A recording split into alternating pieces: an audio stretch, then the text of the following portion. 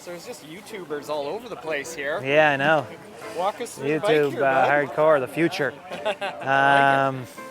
Yeah, well, as you can see, first and foremost, this is not a small frame anymore. That was a big change that I made and then changed it right back. So this is a medium frame, fits me better.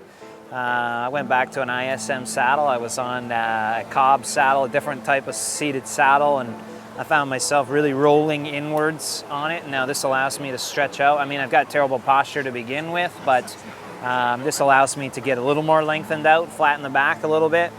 I was on the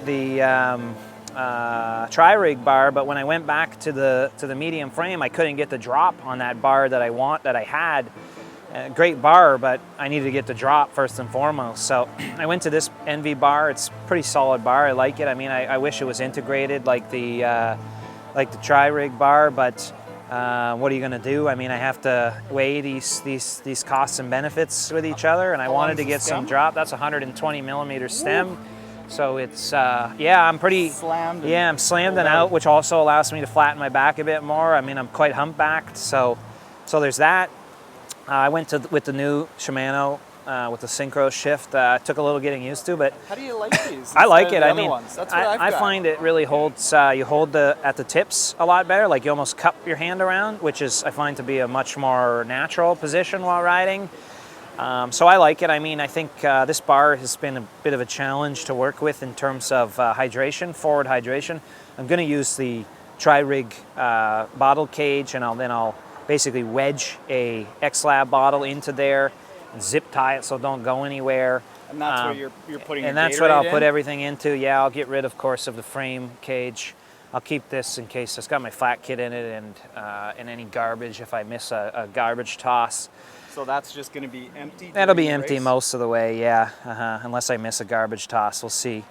And then this year, I'm going to do 60 on the front because part of my problems last year was not descending well, not handling well in the heat or in the wind. And fortunately, the 60 mixed with this fork that has a lot of mass behind the center handles actually amazingly well in these crosswind conditions. So I'm quite confident with this setup.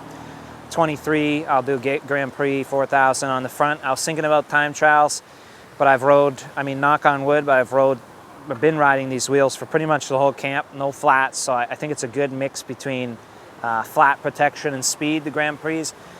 I'll go 60 on the back, all ceramic, everything. Just 60 on the back, eh? I'm sorry, 90 on the back, my bad. Okay. Yeah, 90 on the back, ceramic everything in the bearings, pulley wheels, bottom bracket, and then of course, and then I went with the Speedplay Aero Zeros titaniums. I really like them, took a little getting used to, of course, but now that I got my cleat position set and everything right, I actually really like having that fair degree of float.